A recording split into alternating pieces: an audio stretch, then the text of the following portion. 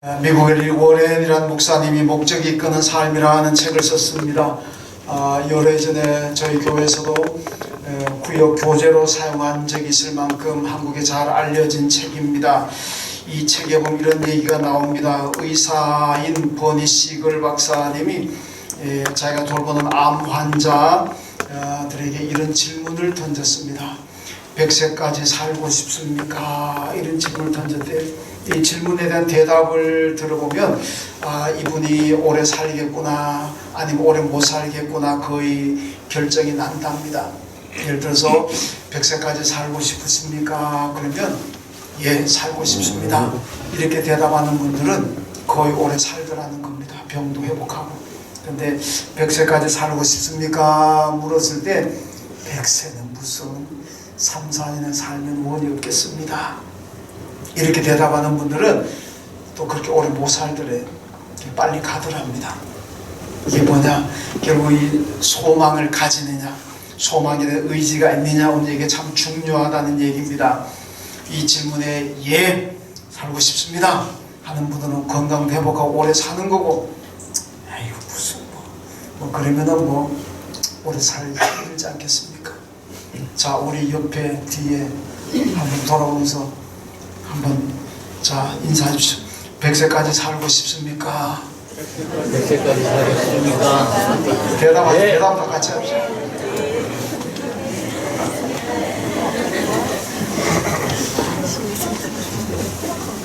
다 100세까지 살고 싶으십니까?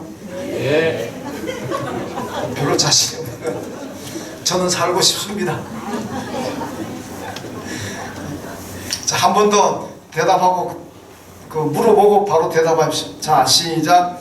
100세까지 살고 싶습니까? 예. 할렐루야. 우리 교회는 당분간 제가 장례식 안 치러도 되겠습니다. 네, 믿음대로 될 줄로 믿습니다. 예. 예, 이 에스겔서인데 오늘 보면 에스겔서 있습니다. 에스겔은 바벨론 포로지에서 선포된 하나님의 말씀입니다. 이 예레미야서하고 에스겔서하고 붙어 나오는데 이 두 사람의 메시지의 핵심이 좀 다릅니다. 그러니까 예레미야는 남왕국 유다가 멸망기에 예언했던 사람입니다. 그러니까 멸망기니까 백성들이 하나님을 떠나고 불신앙적으로 행하고 우상을 숭배하고 타락하고 이런 시대가 아니겠습니까? 그러니까 망하잖아요. 그러니까 예레미야의 메시지도 거의 분노에 차 있습니다. 그리고 전부 다 심판에 대한 메시지입니다. 이 나쁜 놈들아 정신 좀 차리고 회개해라. 이런 분노의 메시지가 많이 나옵니다.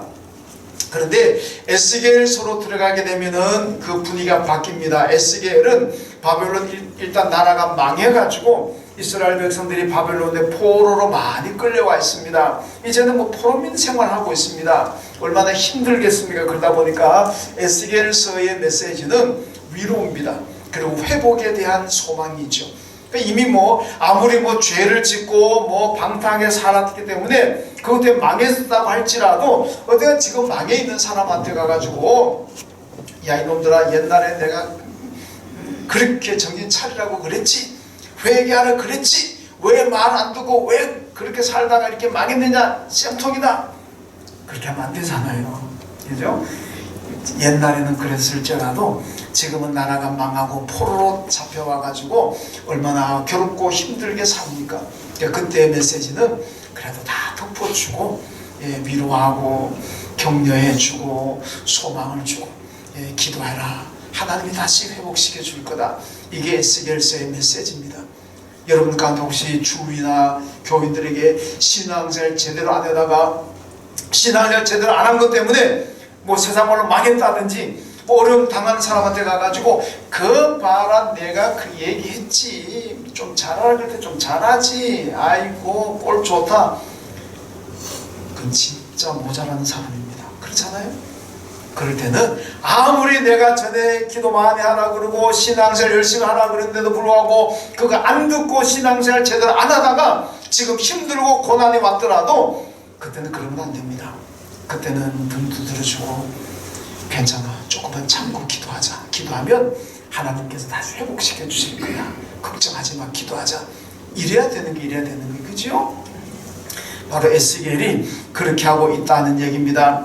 여러분 이사야 40장부터도 바로 이 이스라엘 백성들이 포로 생활할 때 나오는 말씀인데 40장 1절에 보니까 너희 하나님이 이르시되 너희는 위로하라 내 백성을 위로하라 이렇게 말씀하고 있습니다. 하나님께서 이사야를 통해서 지금 바벨론에 포로 생활하고 있는 내 백성들을 위로하여라 이렇게 말씀하고 있습니다. 그래서 어려움 당한 사람들에게, 고난 당하는 사람들에게는 그 사람이 과거에 어떤 모습으로 살아왔던지 간에 그것 가지고 야단치면 안 됩니다. 그냥 그때는 위로해주고 같이 기도하자고 기도하면 하나님께서 다 회복시켜 주신다고. 이게 우리 성도들의 메시지가 되어야 될 줄로 믿습니다. 오늘 본문이 바로 위로와 회복의 말씀입니다. 에스겔이 오늘 말씀 보면, 자, 에스겔은 골짜기에 간데 보니까 마른 뼈들이, 말라 비틀어지는 뼈들이 가득합니다. 이 마른 뼈들로 가득한데 하나님께서 에스겔을 보시고 말씀합니다. 야 에스겔아, 네가 지금 보고 있는 이 마른 뼈들을 큰 군대로 만들어라. 이 마른 뼈들을 살려내 가지고 큰 군대로 한번 만들어 보아라. 그렇게 말씀하고 있습니다. 여러분 이 에스겔 입장에 보면 얼마나 당황스럽겠습니까? 아니 에스겔이 뭔데? 에스겔이 도대체 무슨 능력이 있다고 이 골짜기에 말라 비틀어지는 이 깡마른 이 뼈들을 이걸 가지고 도대체 어떻게 군대를 만들라 그러느냐? 에스겔이 하나님의 명을 받았을 때에 얼마나 당황했겠습니까? 아니 하나님 뭐 지금 나하고 장난하십니까? 어떻게 이 마른 뼈들을 보고 나하고 이 군대를 만들어내라고 합니까? 이렇게 하나님 앞에 반문할 수도 있지 않겠습니까? 여러분 예수님께서 오병이의 기적을 행하시잖아요. 근데 보면은 뭐 빈들에 사람들이 모였는데 뭐 여자와 아이를 제외하고 뭐 5,000명이라 그러니까 여자와 아이 뭐 노약자 다 포함하면 아마 몇만 명은 되지 않겠습니까? 예수님 그때 제자들이 말씀합니다. 야 지금 군중들이 배가 너무 고플 것 같다. 너희가 먹을 것을 갖다 주어라. 그러니까 제자들이 뭐라고 반응이 어떻게 나옵니까? 아니 선생님 주님 지금 뭐 농담합니까? 아니 지금 이 많은 사람들한테 우리가 무슨 수로 먹을 거를 줄 수가 있습니까? 우리가 지금 파악해 본 바로는 한 아이가 보리떡 5개하고 물고기 2마리 가지고 이게 전부 다 안 돼. 어떻게 우리 보고 이걸 다 먹일 수 있습니까? 지금 장난하십니까? 제자들의 반응이 그렇게 나왔잖아요. 근데 에스겔은 그렇지 않습니다. 에스겔은 그럼 뭐 항의하지도 않고 방문하지도 않습니다. 오늘 7절에 보면은 내가 이 명령을 따라 대언하니 이렇게 말씀하고 있고 10절에도 보면 이에 내가 그 명령대로 대언하였더니 생기가 그들에게 들어가며 그들이 곧 살아나서 일어나서는데 극히 큰 군대가 되었더라 이렇게 말씀합니다. 여러분 대언했다는 얘기는 하나님의 말씀을 대신해서 전했다는 얘기입니다. 에스겔은 제자들처럼 아니 하나님 지금 어떻게 나한테 그런 얘기를 할 수가 있습니까? 반문하지 않았습니다. 예 알겠습니다. 알겠습니다. 그리고 그냥 가서 대언했습니다. 뼈들아 살아나서 큰 군대가 되어라. 그러니까 그 뼈들이 다 살아나서 큰 군대가 되었다는 말씀이 오늘 본문에 나오고 있습니다. 여러분 하나님의 능력이라는 것은 반문하고 따지는 데 있지 않습니다. 하나님의 말씀이라면 그냥 아멘 하고 순종하면 그게 하나님 능력이 나오고 하나님의 기적이 나올 줄로 믿습니다.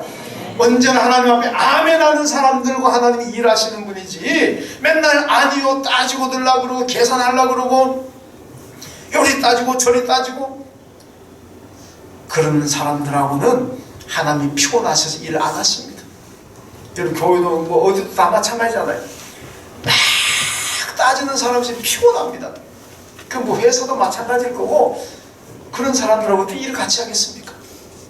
좀 힘들어도 좀 뭔가 계산이 안 나와도 예 알겠습니다 한번 해봅시다. 그런 사람들하고 일해야 즐겁고 편하게 일하는 거지. 이런 신앙적으로 말하면은 아멘 하는 사람들과 하고 하나님이 일하시는 거고 그 사람을 통해서 하나님의 역사가 나타날 줄로 믿습니다. 우리 교회 맨날 새벽 기도에 저희는 우리 교회는 새벽기도에 맨날 한 장씩 나가잖아요. 그럼 제가 새벽기도 그날마다 새벽 예배 말씀을 요약해가지고 우리 예한교회 밴드에 올립니다. 매일 올립니다. 그 밴드에 말씀 올리면은 교인들은 그 말씀 읽어보고 어떤 분들이 거기다가 댓글을 답니다. 딴 거 안 답니다. 목사님 건강하세요, 목사님 오늘 이런 얘기 안 합니다. 뭐요? 그냥 아멘, 아멘, 아멘. 거의 어쩌다가 이제 뭐 누가 교인이 아프다는 소식 올라가면은 뭐 기도하겠습니다 이러지, 대부분의 교인들은 그냥, 대부분의 교인 몇 명 없습니다. 댓글 다는 대부분 하고 보니까 몇 명 안 되던데. 글 다는 분들은 그냥 아멘, 아멘, 아멘. 제일 중요합니다. 아멘하면 될 줄로 믿습니다. 제가 맨날 글 올리면 끝부분에 그러잖아요. 오늘도 여러분들 행복하시길 바랍니다. 뭐 어떻게 오늘 형통하시길 기도합니다. 그러잖아요. 그럼 여러분들이 아멘, 아멘 그러면 아멘 한 대로 될 줄로 믿습니다. 아이고 목사님 뭐 오늘 뭐 기도한다고 해서 내가 오늘 뭐 잘 되겠나? 아이고 목사님 뭐 그럼 안 되는 겁니다. 그러나 아멘, 아멘 하면 아멘 한 대로 될 줄로 믿습니다. 그게 중요한 겁니다. 자, 그러면 오늘 에스겔 골짜기의 마른 뼈는 무엇을 의미하겠습니까? 오늘 11절에 보니까 또 내게 이르시되 인자야 이 뼈들은 이스라엘 온 족속이라. 그들이 이르기를 우리의 뼈들이 말라고 우리의 소망이 없어졌으니 우리는 다 멸절되었다 하느니라. 이렇게 말씀합니다. 여러분, 오늘 에스겔이 보았던 그 골짜기의 마른 뼈는 무엇을 의미하느냐? 이스라엘 족속이라 그랬습니다. 이스라엘 족속이라는 말은 지금 바벨론의 포로로 잡혀와 있는 이 포로민들을 가리키고 있습니다. 여러분, 바벨론의 포로로 잡혀와 있습니다. 이 사람에게 무슨 희망이 있겠습니까? 남의 나라 끌려와 가지고 지금 종살이하고 있는데 어떤 희망도 없습니다. 비전도 없습니다. 뭐 의욕을 가질래야 의욕을 가질 수가 없다는 그런 말씀입니다. 여러분, 소망이 없는 사람들이 바로 이 마른 뼈와 같은 사람들입니다. 오늘 우리 사회도 다 힘든다 그러잖아요. 뭐 사업하기도 힘들고 경제가 힘들고 직장 구하기도 힘들고 힘드는 데다가 또 이 코로나 바이러스까지 와가지고 더욱더 힘들잖아요. 식당 가봤더니요 사람이 없어요. 사람이 없어요. 이제 뭐 대중들이 모이는 곳에는 뭐 가지 말라 그러니까 가면 큰일 날 줄 아니까 다 줄다고 줘. 그러니까 여러분, 그 장사하는 분들이 얼마나 힘들겠습니까? 좀 사람들이 와가지고 북적북적 거려주고 물건도 사가고 식당도 와서 밥도 좀 먹어주고 그래야 개인적으로도 여러분 소득이고 나라 경제도 잘 돌아갈 터인데 전부 다 이제 다 줄이고 안 나가고 안 먹고 이래버리니까 여러분, 그 일하는 사업하는 사람들이 얼마나 힘들겠습니까? 오늘도 참 힘드는 시대에 우리는 살아가고 있습니다. 그런데요, 힘든다고 해서 소망을 잃어버린다면, 힘든다고 해서 꿈을 잃어버린다면 이게 바로 마른 뼈와 같은 사람들입니다. 아무리 힘들고 어려워도 코로나 아니라 그보다 더한 것이 오더라도 여러분, 꿈을 잃지 않고 소망을 가진 사람은 됩니다. 마른 뼈가 아닙니다. 네, 오늘 마른 뼈라는 이스라엘 족속이 마른 뼈라 그러잖아요. 왜 마른 뼈냐? 희망이 없는 거예요. 꿈이 없어요. 남의 나라 종살이 하다 보니까 절망 중에 삽니다. 그러니까 여러분, 그들이 마른 뼈인 거예요.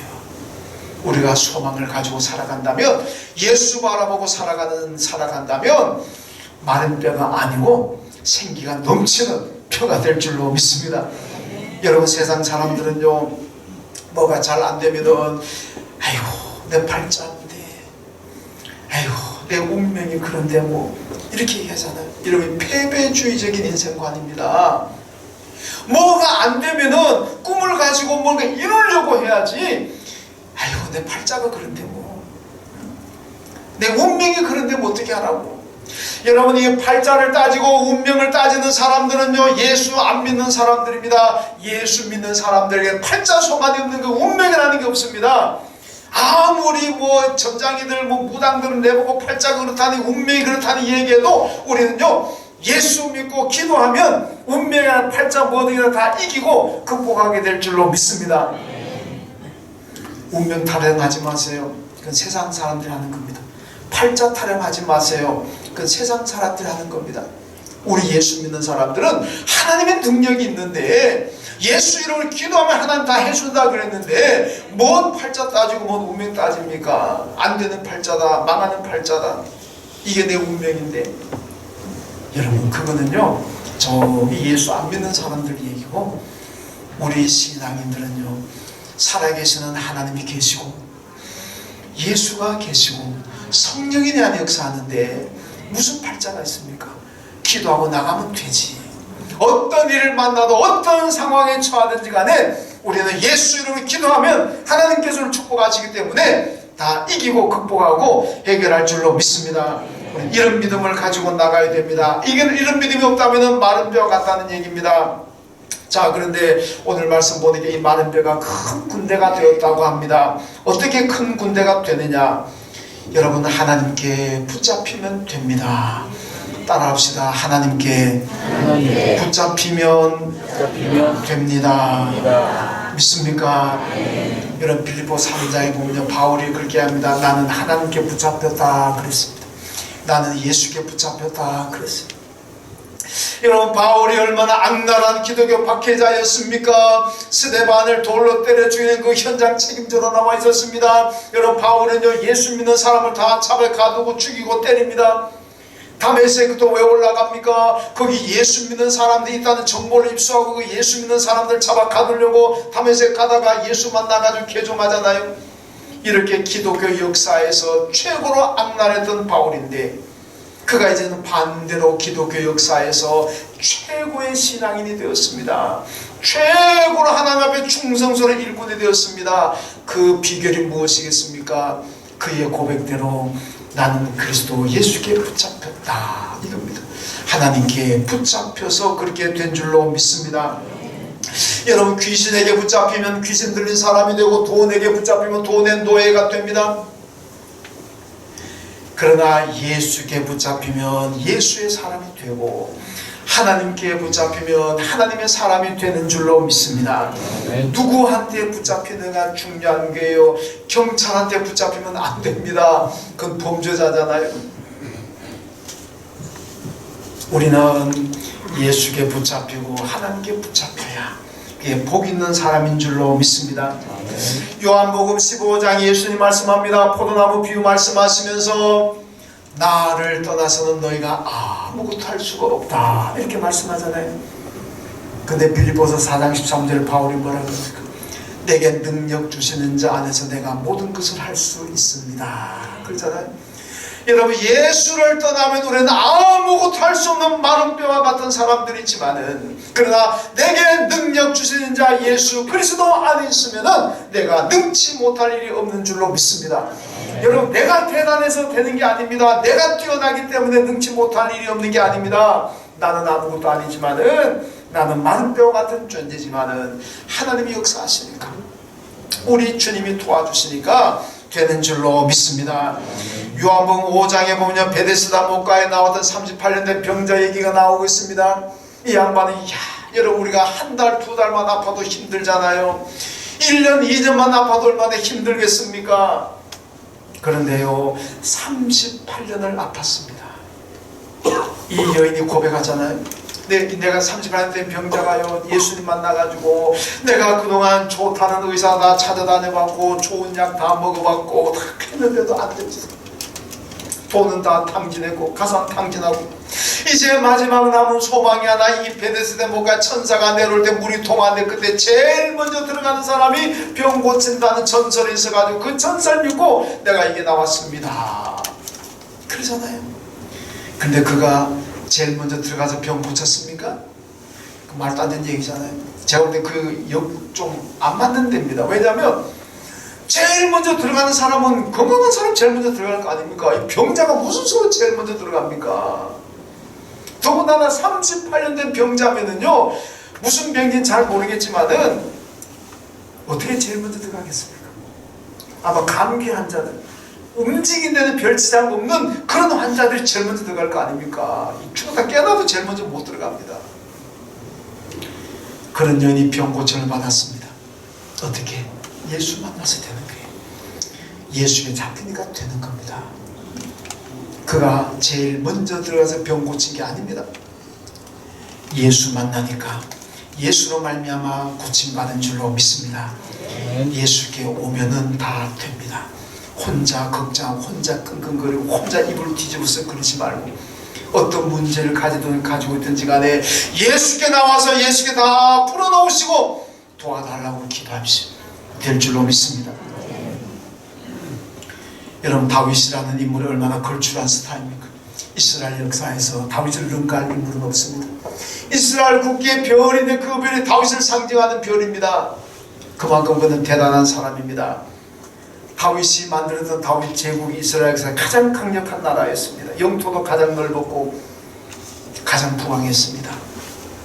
그런데 다윗이 같이 일했던 참모들, 엘리트들인 줄 압니까?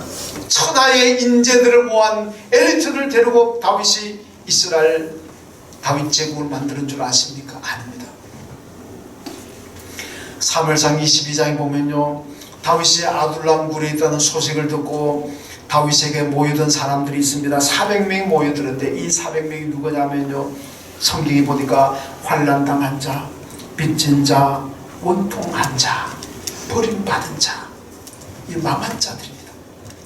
다윗이 아둘람 굴에 있다는 소식을 듣고 다윗에게 몰려온 400명의 사람들은요, 망한 사람들입니다. 실패한 사람들입니다. 사회 버림받은 사람들입니다. 세상 사람들에게 쓰레기같이 무가치하다고 인정받는 사람들입니다. 오합지졸입니다. 마른 뼈 같은 사람들입니다. 이 사람들이요, 거기에 모여들었습니다. 거기에 모여들어가 뭘 했지 아십니까? 그때 모여가 한 일이 시편 57편에 나옵니다. 하나님이여, 내 마음이 확정되었고 내 마음이 확정되어 싸우니 내가 노래하고 찬송하리다. 내가 새벽을 깨우리로다. 이렇게 고백하고 있습니다. 여러분, 사회에서 망하고 버림받은 이 사람들이, 마른 뼈와 같은 이 사람들이 아둘람 굴에 와가지고 다윗과 함께 찬양하고 감사하고 기도합니다. 하나님 도와주십시오. 우리가 지금은 마른 뼈 같지만은 우리에게 힘 주셔가 우리가 인민족의 새벽을 깨우겠습니다. 사울 왕의 통치하에서 영적으로 암흑 가운데 죽어가는 이민족을 깨우고 이 나라를 하나님의 말씀 위에 바로 세우겠습니다. 하나님 우리를 도와주십시오. 그게 그들이 거기서 기도했습니다.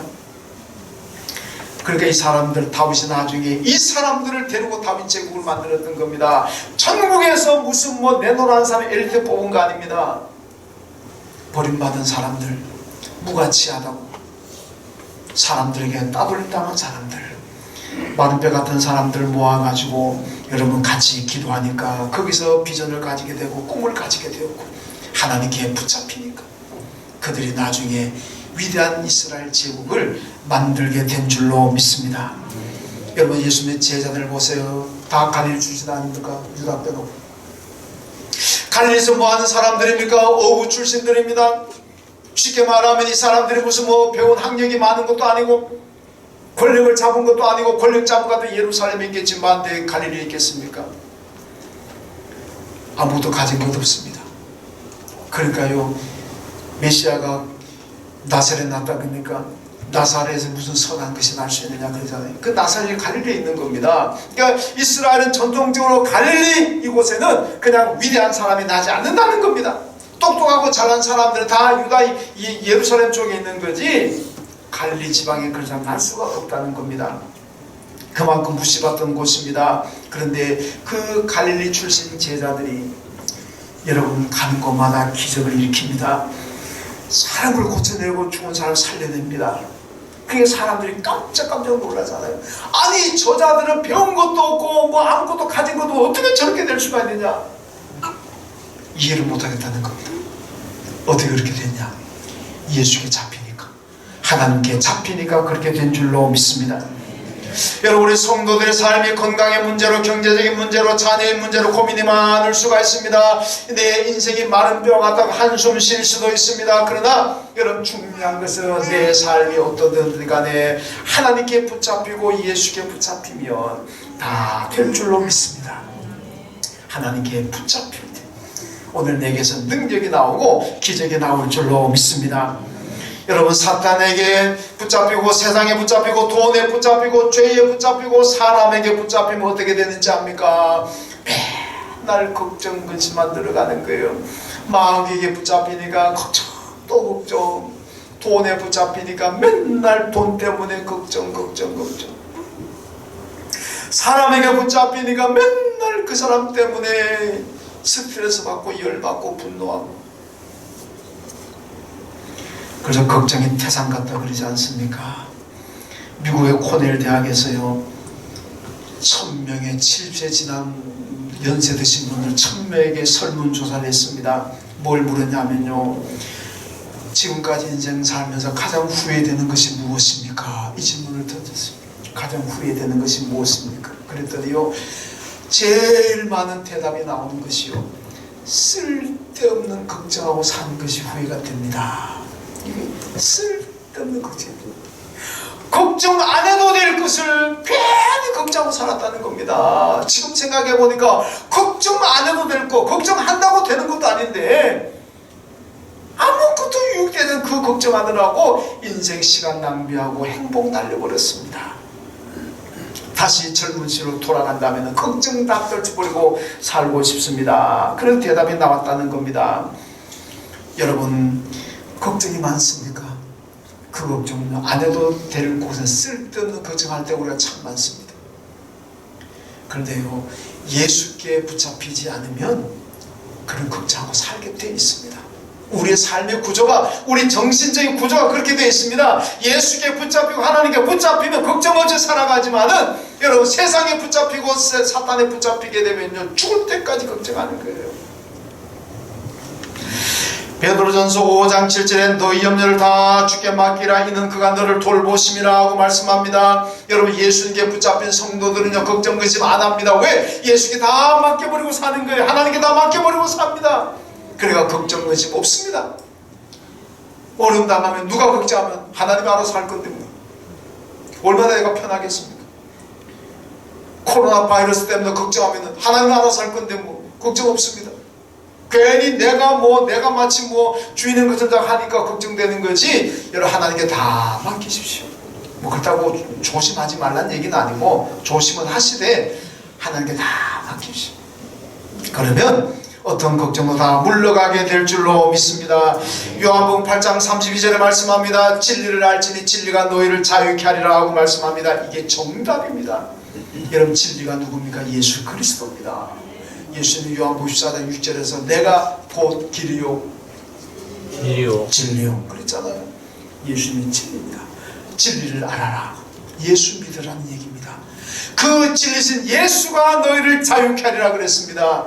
우리의 모든 근심과 걱정과 염려로부터 우리를 자유하게 하시고 우리 해방시켜 주시는 분은 진리신 예수 그리스도인 줄로 믿습니다.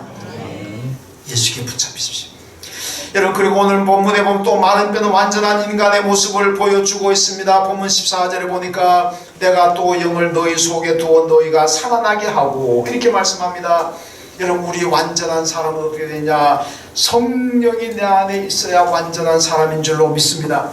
세상 사람들은요 사람이 숨 쉬는 사람으로 생각합니다. 그죠? 그냥 숨 쉬는 사람인 거예요. 그거보다 좀 더 움직이면, 그러니까 숨 쉬고 움직이면 다 사람입니다. 움직이는 못하더라도 숨만 쉬어도 세상엔 사람이라고 얘기합니다. 그러나 성경은 아닙니다. 숨을 쉬고 움직이더라도 사람이 아닙니다. 어떤 사람이냐? 그 안에 성령이 계세요. 성령이 계셔야 사람이라는 겁니다. 그래서 성경은요 불신자는 육신의 생명은 살았지만 죽었다고 말씀합니다. 여러분, 다 살았다고 하는 것이 아니라 죽은 사람도 살아있지만 죽은 자가 있습니다. 누구? 그 안에 성령이 없는 사람, 그 안에 예수가 없는 사람, 살았지만 죽은 사람. 그런 말 있잖아요. 사람이라고 다 사람이냐? 사람이라야 사람이지, 이런 얘기 있잖아요. 물론 이거 윤리와 도덕적인 얘기입니다만은 이걸 우리가 성경적으로 다시 성경의 버전으로 얘기하면 뭐겠습니까? 사람이라고 다 사람이냐? 그 안에 성령이 있어야 사람이지. 믿습니까? 사람이라고 다 사람이 아닙니다. 성령이 있어야 사람이지.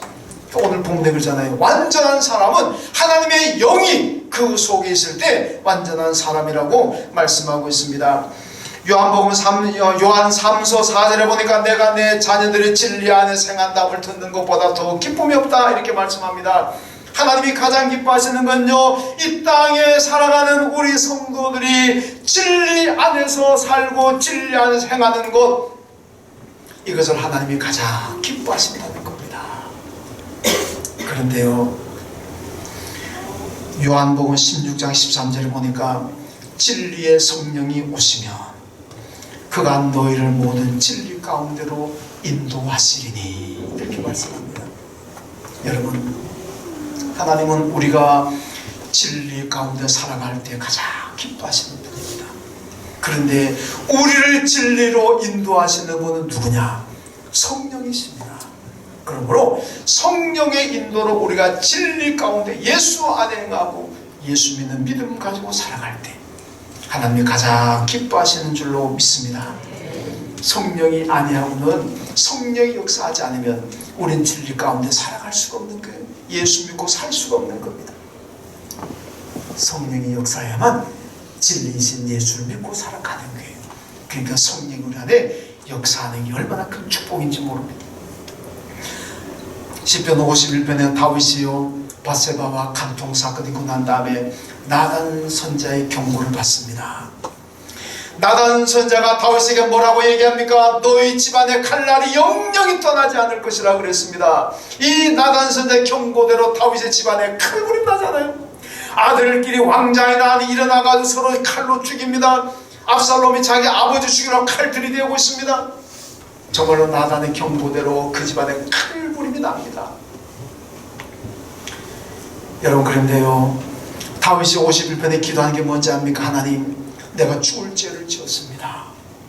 내가 죽을 죄를 지었으니까 내 생명을 가져가도 좋고 내 재산을 가져가도 좋고 내 왕위를 하나님 빼앗아가도 좋습니다. 그러나 주여 간곡히 구하노니 주의 성령만은 거두지 말아 주십시오. 이 기도입니다.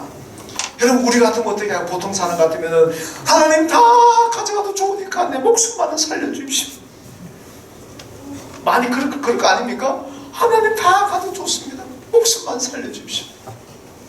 아니면은 하나님 다 가져도 내 재산만은 좀 남겨도 내 아들, 내 자식들한테 줘야 되니까, 내 자식들한테 줘야 되니까 재산만은 그냥 남겨주십시오.